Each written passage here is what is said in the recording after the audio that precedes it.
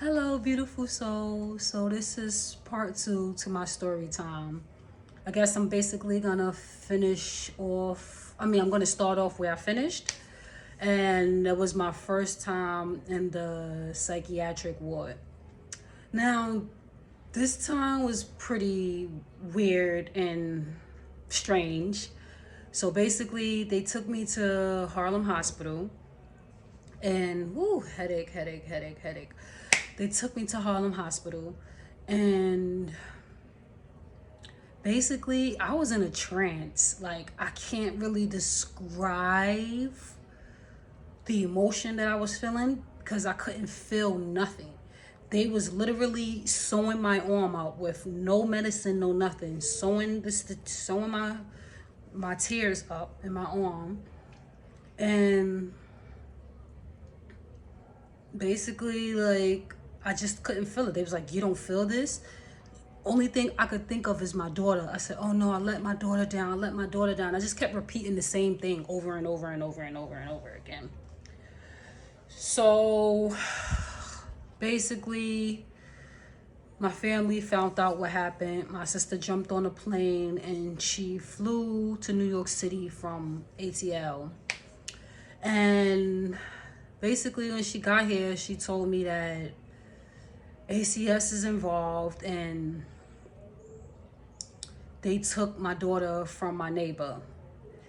So I was devastated. But at the same time, it was like, okay, I was already overwhelmed. I was doing everything by myself. I didn't have a very great support system. And it was a lot. It was a lot. It was a lot I was going through. And I was sad. I was hurt. I was upset. I was angry with my neighbor for a while. But I didn't hold no grudges because I knew she was young and I knew she didn't quite understand the process of things, which I really didn't understand the process of things neither. But I had these voices in my head telling me what to do and how to move, which is strange and weird at the same time. And years later, we had spoke about this experience, and she was like, Seneca, I want to apologize to you because I feel like because I didn't make the right move during that time and I listened to what somebody else told me to do, I kind of created that in my life, and now I'm going through a similar experience. And honestly, I never blamed her for what I was going through because I knew it was something internal that I was experiencing because I've been going through different things throughout my whole entire life. And I have my ups and I have my downs, but at the end of the day, I still show up every day and at least try to do my best, and that's just what it was. And so basically, I found out that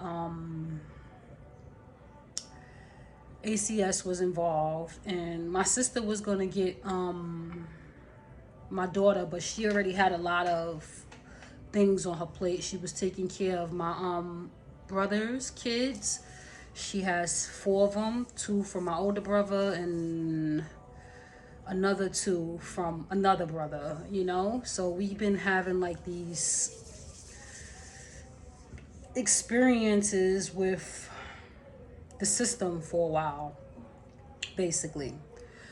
And so she came to court. She was doing everything possible to try to step in to get her. And eventually they decided that they wasn't going to give her to my sister. So my other sister got involved and they ended up allowing her to get kinship over my daughter. And basically, I want to say that it got easier, but it really didn't because I just feel like my sister didn't have good intentions. And she just was doing things that just made me feel uncomfortable. She was like dictating everything of how I should interact and what I should do. Like, are you taking your medication? Like, she was like very, like, it just wasn't comfortable with dealing with her because one, I was very sensitive. I was sensitive to everything and everyone around me. Very sensitive. Like, things just made me cry. I was just so like sensitive, period. Like, but eventually I bust my butt. I got into a drug program. I started focusing up so I could be able to get my baby back, because I knew I didn't want my baby with her. Like, you know? And it wasn't that I thought she was a bad person, or I couldn't stand her, or I hated her or anything. It's just, I just felt like she just didn't have good intentions. So, long story short, uh, basically I did everything I was supposed to do, and I brought my baby home, and I started my life over from scratch, and basically started getting into programs. I decided to go back to school. I found a little job, got my baby in daycare, and from there everything was just going well. Like, it was getting better. Like, me and my neighbor, we began to get a little more closer. You know, I feel like she still felt bad because she always brung up the situation, and it was like kind of a little bit hard to, you know, heal from something when, you know, you got other people remembering your stories. So yeah, basically I focused on getting myself together. I wasn't dating anything. I just was like, I'm gonna step away from that until I heal what it was that was going on with my body, and also whatever it was that's going on with my mind. Like, you know what I mean? And I wasn't the type of person who knew how to express themselves fully. Like, when I was in a relationship with my daughter's father, I just was learning how to express myself. And I felt like it was bothering the people around me because they couldn't accept my feelings and my emotions and the things that I had to say. They just couldn't accept it. I could say something so kind, like, look, I really don't feel like dealing with this right now, so I'm gonna ask you to leave. You telling me to get out? You telling me to get out? And it was never in that manner. I said, no, I just asked you to leave. You don't think I know what you mean? You meant get out. You mean to get the F out. Like, words that I wasn't using, they was translating that in their own mind and putting it as what I said. No matter how much, because here's the thing, right? Growing up, my grandmother used to always say this saying, like, if you don't have nothing nice to say, don't say nothing at all.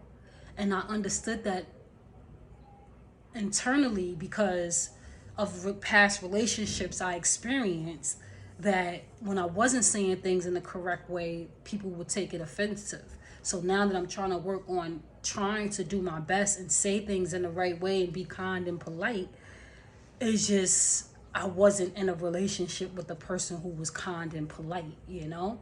So, you know what I mean? Things transpired in that way.